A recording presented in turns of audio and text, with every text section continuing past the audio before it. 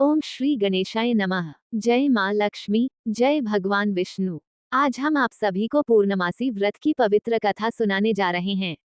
जो भी श्रद्धा और भक्ति से इस कथा को सुनता है, उसके जीवन में सुख, समृद्धि और शांति आती है। दूध, दही, घी, शर्करा, गंगाजल, रोली, मौली, तांबूल, पूंगी फल, धूप, फूल, सफेद कनेर, यज्ञोपवीत, श्वेत वस्त्र, लाल वस्त्र, आख, बिल्वपत्र, फूलमाला, धतूरा, बांस की टोकरी, आम के पत्ते, चावल, तिल, जौ, नारियल पानी वाला दीपक, ऋतुफल, अक्षत, नैवेद्य, कलश, पंचर्घ, चंदन, आटा, रेत, समिधा, कुश, आचार्य के लिए वस्त्र, शिव पार्वती की स्वर्ण मूर्ति अथवा पार्थिव प्रतिमा, दूब, आसन आदि। पूजन करने वाला व्यक्ति प्रातःकाल स्नान आदि से निवृत्त होकर किसी पवित्र स्थान पर आटे से चैक पूर कर केले का मंडप बनाकर शिव पार्वती की प्रतिमा बनाकर स्थापित करे। तत्पश्चात नवीन वस्त्र धारण कर आसन पर पूर्वाभिमुख बैठकर देशकालादि के उच्चारण के साथ हाथ में जल लेकर संकल्प करें। उसके बाद गणेश जी का आवाहन व पूजन करें। अनंतर वरुणादि देवों का आवाहन करके कलश पूजन करें, चंदन आदि समर्पित करें, कलश मुद्रा दिखाएं, घंटा बजाएं। गंध अक्षतादि द्वारा घंटा एवं दीपक को नमस्कार करें। इसके बाद ओम अपवित्र पवित्रो वा सर्वावस्था गतो अपि वा यह स्मृत पुंडरीकाक्ष सवह्याभ्यंतर शुचे, इस मंत्र द्वारा पूजन सामग्री एवं अपने ऊपर जल छिड़कें। इंद्र आदि अष्टलोकपालों का आवाहन एवं पूजन करें। निम्नलिखित मंत्र से शिव जी को स्नान कराएं। मंदार माला कुलजालकाय, कपाल माला किंत शिखराया, दिव्यांबराय च सरस्वती रिवाप्योष्णी नर्मदाजलय, स्नापितासी मया देवी तेन शांति पुरुष में। निम्नलिखित मंत्र से पार्वती जी को स्नान कराएं। नमो देव्यै महादेव्यै सततम नमः। नमः प्रकृत्यै भद्राय नियताः प्रणतास्मताम्। इसके बाद पंचोपचार पूजन करें। चंदन, अक्षत, पुष्प, धूप, दीप दिखाएं। फिर नैवेद्य चढ़ाकर आचमन कराएं। अनंतर हाथों के लिए उपटन समर्पण करें। फिर सुपारी अर्पण करें, दक्षिणा भेंट करें और नमस्कार करें। इसके बाद उत्तर की ओर निर्मालिका विसर्जन करके महाअभिषेक करें। अनंतर सुंदर वस्त्र समर्पण करें, यज्ञोपवीत धारण कराएं। चंदन, अक्षत और सप्तधान्य समर्पित करें। फिर हल्दी, कुमकुम, मांगलिक सिंदूर आदि अर्पण करें। ताड़पत्र, भोजपत्र, कंठ की माला आदि समर्पण करें। सुगंधित पुष्प चढ़ाएं तथा धूप दें। दीप दिखाकर नैवेद्य समर्पित करें। फिर हाथ मुख धुलाने के लिए जल छोड़ें। चंदन अर्पित करें। नारियल तथा ऋतुफल चढ़ाएं। तांबूल, सुपारी और दक्षिणा द्रव्य चढ़ाएं। कपूर की आरती करें और पुष्पांजलि दें। सब प्रकार से पूजन करके कथा श्रवण करें। अथ पूर्णमासी व्रत कथा। द्वापर युग में एक समय की बात है कि यशोदा जी ने कृष्ण से कहा, हे कृष्ण, तुम सारे संसार के उत्पन्नकर्ता, पोषक तथा उसके संहारकर्ता हो। आज कोई ऐसा व्रत मुझसे कहो जिसके करने से मृत्युलोक में स्त्रियों को विधवा होने का भय न रहे तथा यह व्रत सभी मनुष्यों की मनोकामनाएं पूर्ण करने वाला हो। श्री कृष्ण कहने लगे, हे माता, तुमने अति सुंदर प्रश्न किया है। मैं तुमसे ऐसे ही व्रत को सविस्तार कहता हूँ। सौभाग्य की प्राप्ति के लिए स्त्रियों को 32 पूर्णमासियों का व्रत करना चाहिए। इस व्रत के करने से स्त्रियों को सौभाग्य संपत्ति मिलती है। यह व्रत अचल सौभाग्य देने वाला एवं भगवान शिव के प्रति मनुष्य मात्र की भक्ति को बढ़ाने वाला है। यशोदा जी कहने लगी, हे कृष्ण, सर्वप्रथम इस व्रत को मृत्युलोक में किसने किया था, इसके विषय में विस्तार पूर्वक मुझसे कहो। श्री कृष्ण जी कहने लगे कि इस भूमंडल पर एक अत्यंत प्रसिद्ध राजा चंद्रहास से पालित अनेक प्रकार के रत्नों से परिपूर्ण कातिका नाम की एक नगरी थी। वहां पर धनेश्वर नाम का एक ब्राह्मण था और उसकी स्त्री अति सुशीला रूपवती थी। दोनों ही उस नगरी में बड़े प्रेम के साथ रहते थे। घर में धन धान्य आदि की कमी नहीं थी। उनको एक बड़ा दुख था कि उनके कोई संतान नहीं थी। इस दुख से वह अत्यंत दुखी रहते थे। एक समय एक बड़ा तपस्वी योगी उस नगरी में आया। वह योगी उस ब्राह्मण के घर को छोड़कर अन्य सब घरों से भिक्षा लाकर भोजन किया करता था। रूपवती से वह भिक्षा नहीं लिया करता था। उस योगी ने एक दिन रूपवती से भिक्षा न लेकर किसी अन्य घर से भिक्षा लेकर गंगा किनारे जाकर भिक्षान को प्रेमपूर्वक खा रहा था कि धनेश्वर ने योगी का ये सब कार्य किसी प्रकार से देख लिया। अपनी भिक्षा के अनादर से दुखी होकर धनेश्वर योगी से बोला, महात्मन, आप सब घरों से भिक्षा लेते हैं परंतु मेरे घर की भिक्षा कभी भी नहीं लेते, इसका कारण क्या है? योगी ने कहा कि निसंतान के घर की भीख पतितों के अन्न के तुल्य होती है और जो पतितों का अन्न खाता है वह भी पतित हो जाता है। चूंकि तुम निसंतान हो, अतः पतित हो जाने के भय से मैं तुम्हारे घर की भिक्षा नहीं लेता हूँ।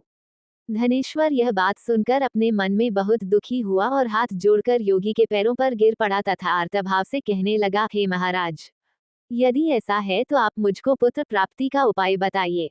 आप सर्वज्ञ हैं, मुझ पर अवश्य ही यह कृपा कीजिए। धन की मेरे घर में कोई कमी नहीं, परंतु मैं पुत्र न होने के कारण अत्यंत दुखी हूँ। आप मेरे इस दुख का हरण करें, आप सामर्थ्यवान हैं।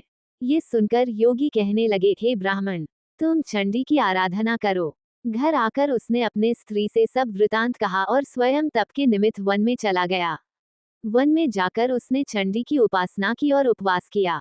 चंडी ने 16वें दिन उसको स्वप्न में दर्शन दिया और कहा, हे धनेश्वर, जा तेरे पुत्र होगा, परंतु वह 16 वर्ष की आयु में ही मृत्यु को प्राप्त हो जाएगा। यदि तुम दोनों स्त्री पुरुष 32 पूर्णमासियों का व्रत विधिपूर्वक करोगे तो वह दीर्घायु होगा। जितनी तुम्हारी सामर्थ्य हो आटे के दिए बनाकर शिव जी का पूजन करना, परंतु पूर्णमासी को 32 जो जाने चाहिए। प्रातःकाल आने पर इस स्थान के समीप ही तुम्हें एक आम का वृक्ष दिखाई देगा, उस पर तुम चढ़कर एक फल तोड़कर शीघ्र अपने घर चले जाना। अपनी स्त्री से सब वृतांत कहना। ऋतु स्नान के पश्चात वह स्वच्छ होकर श्री शंकर जी का ध्यान करके उस फल को खा लेगी। तब शंकर भगवान की कृपा से उसको गर्भ हो जाएगा। जब वह ब्राह्मण प्रातःकाल उठा तो उसने उस स्थान के पास ही एक आम का वृक्ष देखा जिस पर एक अत्यंत सुंदर आम का फल लगा हुआ था। उस ब्राह्मण ने उस आम के वृक्ष पर चढ़कर उस फल को तोड़ने का प्रयत्न किया, परंतु वृक्ष पर कई बार प्रयत्न करने पर भी वह न चढ़ पाया। तब तो उस ब्राह्मण को बहुत चिंता हुई और विघ्न विनाशक श्री गणेश जी की वंदना करने लगा, हे दयानिधे, अपने भक्तों के विघ्नों का नाश करके उनके मंगल कार्य को करने वाले, दुष्टों का नाश करने वाले, रिद्धि सिद्धि के देने वाले, आप मुझ पर कृपा करके इतना बल दे कि मैं अपने मनोरथ को पूर्ण कर सकूं।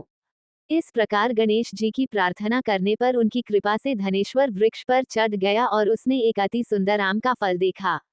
उसने विचार किया कि जो वरदान से फल मिला था वह ये है, और कोई फल दिखाई नहीं देता। उस धनेश्वर ब्राह्मण ने जल्दी से उस फल को तोड़कर अपनी स्त्री को लाकर दिया और उसकी स्त्री ने अपने पति के कथनानुसार उस फल को खा लिया और वह गर्भवती हो गई।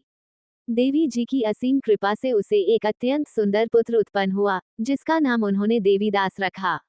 माता पिता के हर्ष और शोक के साथ वह बालक शुक्ल पक्ष के चंद्रमा की भांति अपने पिता के घर में बढ़ने लगा। भवानी की कृपा से वह बालक बहुत ही सुंदर, सुशील और विद्या पढ़ने में बहुत ही निपुण हो गया। दुर्गा जी की आज्ञानुसार उसकी माता ने 32 पूर्णमासी का व्रत रखना प्रारंभ कर दिया था, जिससे उसका पुत्र बड़ी आयु वाला हो जाए। 16वां वर्ष लगते ही देवीदास के माता पिता को बड़ी चिंता हो गई कि कहीं उनके पुत्र की इस वर्ष मृत्यु न हो जाए। इसलिए उन्होंने अपने मन में विचार किया कि यदि ये दुर्घटना उनके सामने हो गई तो वे कैसे सहन कर सकेंगे। अस्तु उन्होंने देवीदास के मामा को बुलाया और कहा कि हमारी इच्छा है कि देवीदास 1 वर्ष तक काशी में जाकर विद्याध्ययन करे और उसको अकेला भी नहीं छोड़ना चाहिए। इसलिए साथ में तुम चले जाओ और 1 वर्ष के पश्चात इसको वापस लौटा लाना। सब प्रबंध करके उसके माता पिता ने काशी जाने के लिए देवीदास को एक घोड़े पर बैठाकर उसके मामा को उसके साथ कर दिया, किंतु ये बात उसके मामा या किसी और से नहीं कही। धनेश्वर ने सपत्नीक अपने पुत्र की मंगल कामना तथा दीर्घायु के लिए भगवती दुर्गा की आराधना और पूर्णमासियों का व्रत करना आरंभ कर दिया। इस प्रकार बराबर 32 पूर्णमासी का व्रत पूरा किया। कुछ समय पश्चात एक दिन वह दोनों मामा और भांजा मार्ग में रात्रि बिताने के लिए किसी ग्राम में ठहरे हुए थे। उस दिन उस गांव में एक ब्राह्मण की अत्यंत सुंदरी, सुशीला, विदुषी और गुणवती कन्या का विवाह होने वाला था। जिस धर्मशाला के अंदर वर और उसकी बारात ठहरी हुई थी, उसी धर्मशाला में देवीदास और उसके मामा भी ठहरे हुए थे। संयोगवश कन्या को तेल आदि चढ़ाकर मंडप आदि का कृत्य किया गया तो लग्न के समय वर को धनुर्वात हो गया। अस्तु वर के पिता ने अपने कुटुंबियों से परामर्श करके निश्चय किया कि ये देवीदास मेरे पुत्र जैसा ही सुंदर है, मैं इसके साथ ही लग्न करा दूं और बाद में विवाह के अन्य कार्य मेरे लड़के के साथ हो जाएंगे। ऐसा सोचकर देवीदास के मामा से जाकर बोला कि तुम थोड़ी देर के लिए अपने भांजे को हमें दे दो, जिससे विवाह के लग्न का सब कृत्य सुचारू रूप से हो सके। तब उसका मामा कहने लगा कि जो कुछ भी मधुपक आदि कन्यादान के समय वर को मिले वह सब हमें दे दिया जाए, तो मेरा भांजा इस बारात का दूल्हा बन जाएगा। ये बात वर के पिता ने स्वीकार करने पर उसने अपना भांजा वर बनने को भेज दिया और उसके साथ सब विवाह कार्य रात्रि में विधिपूर्वक संपन्न हो गया। पत्नी के साथ वह भोजन न कर सका और अपने मन में सोचने लगा कि न जाने ये किसी स्त्री होगी।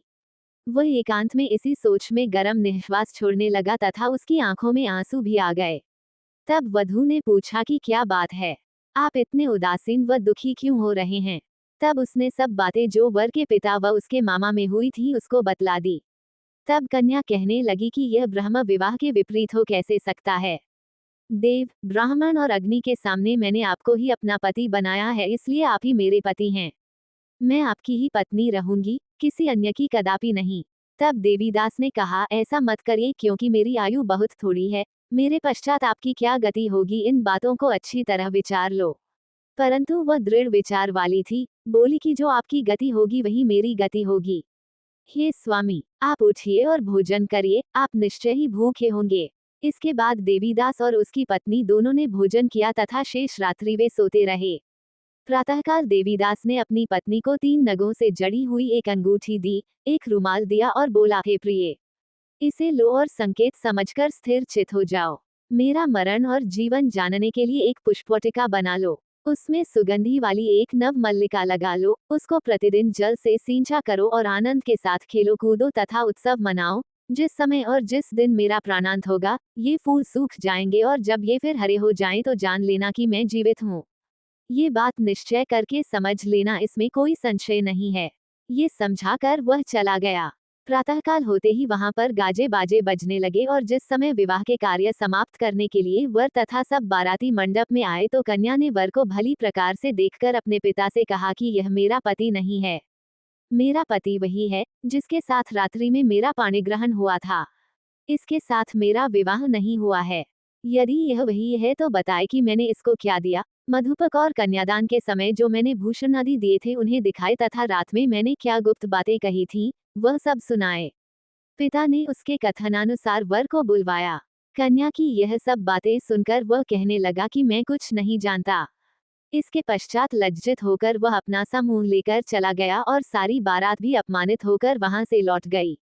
भगवान श्री कृष्ण बोले, हे माता, इस प्रकार देवीदास काशी विद्याध्ययन के लिए चला गया। जब कुछ समय बीत गया तो काल से प्रेरित होकर एक सर्प रात्रि के समय उसको डसने के लिए वहां पर आया। उस विषधर के प्रभाव से उसके शयन का स्थान चारों ओर से विष की ज्वाला से विषैला हो गया। परंतु व्रतराज के प्रभाव से उसको काटने न पाया क्योंकि पहले ही उसकी माता ने 32 पूर्णिमा का व्रत कर रखा था। इसके बाद मध्याह्न के समय स्वयं काल वहां पर आया और उसके शरीर से उसके प्राणों को निकालने का प्रयत्न करने लगा, जिससे वह मूर्छित होकर पृथ्वी पर गिर पड़ा। भगवान की कृपा से उसी समय पार्वती जी के साथ श्री शंकर जी वहां पर आ गए। उसको मूर्छित दशा में देखकर पार्वती जी ने भगवान शंकर से प्रार्थना की कि हे महाराज, इस बालक की माता ने पहले 32 पूर्णिमा का व्रत किया था, जिसके प्रभाव से हे भगवान, आप इसको प्राण दान दें। भवानी के कहने पर भक्त वत्सल भगवान श्री शिव जी ने उसको प्राण दान दे दिया। इस व्रत के प्रभाव से काल को भी पीछे हटना पड़ा और देवीदास स्वस्थ होकर बैठ गया। उधर उसकी स्त्री उसके काल की प्रतीक्षा किया करती थी। जब उसने देखा कि उस पुष्प वाटिका में पत्र पुष्प कुछ भी नहीं रहे तो उसको अत्यंत आश्चर्य हुआ और जब वह वैसे ही हरी भरी हो गई तो वह जान गई कि वह जीवित हो गए हैं। ये देखकर वह बहुत प्रसन्न मन से अपने पिता के कहने लगी कि पिताजी, मेरे पति जीवित हैं, आप उनको ढूंढिए। जब 16वां वर्ष व्यतीत हो गया तो देवीदास भी अपने मामा के साथ काशी से चल दिया। इधर उसे श्वसुर उसको ढूंढने के लिए अपने घर से जाने वाले ही थे कि वह दोनों मामा भांजा वहां पर आ गए। उसको आया देखकर उसका श्वसुर बड़ी प्रसन्नता के साथ अपने घर में ले आया। उस समय नगर के निवासी भी वहां इकट्ठे हो गए और सबने निश्चय किया कि अवश्य ही इसी बालक के साथ इस कन्या का विवाह हुआ था। उस बालक को जब कन्या ने देखा तो पहचान लिया और कहा कि यह तो वही है जो संकेत करके गया था। तदुपरांत सभी कहने लगे कि भला हुआ जो यह आ गया और सब नगरवासियों ने आनंद मनाया। कुछ दिन बाद देवीदास अपनी पत्नी और मामा के साथ अपने श्वसुर के घर से बहुत सा उपहार आदि लेकर अपने घर के लिए प्रस्थान किया। जब वह अपने गांव के निकट आ गया तो कई लोगों ने उसको देखकर उसके माता पिता को पहले ही जाकर खबर दे दी कि तुम्हारा पुत्र देवीदास अपनी पत्नी और मामा के सहित आ रहा है।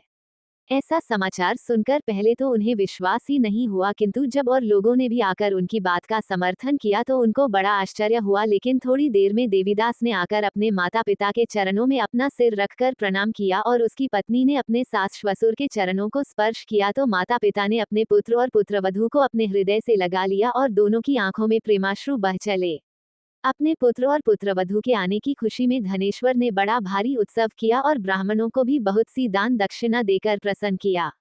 श्री कृष्ण जी कहने लगे कि इस प्रकार धनेश्वर 32 पूर्णिमाओं के व्रत के प्रभाव से पुत्रवान हो गया। जो भी स्त्रियां इस व्रत को करती हैं, वे जन्म जन्मांतर में वैधव्य का दुख नहीं भोगती और सदैव सौभाग्यवती रहती हैं। यह मेरा वचन है, इसमें कोई संदेह नहीं मानना। यह व्रत पुत्र पौत्रों को देने वाला तथा संपूर्ण मनोकामनाओं को पूर्ण करने वाला है। 32 पूर्णिमाओं के व्रत करने से व्रती की सब इच्छाएं भगवान शिव जी की कृपा से पूर्ण हो जाती हैं। सभी प्रेम से बोलो शिव शंकर भोलेनाथ की जय। इस प्रकार पूर्णमासी व्रत की कथा समाप्त होती है। जो भी भक्त सच्चे मन से इस व्रत को करता है और कथा को सुनता या पढ़ता है, उसकी सभी मनोकामनाएं पूर्ण होती हैं और भगवान की कृपा सदैव बनी रहती है। अगर आपको ये पूर्णमासी व्रत कथा अच्छी लगी हो तो वीडियो को लाइक करें, अपने दोस्तों और परिवार के साथ शेयर करें और ऐसे ही धार्मिक वीडियो देखने के लिए हमारे चैनल को सब्सक्राइब करना न भूलें।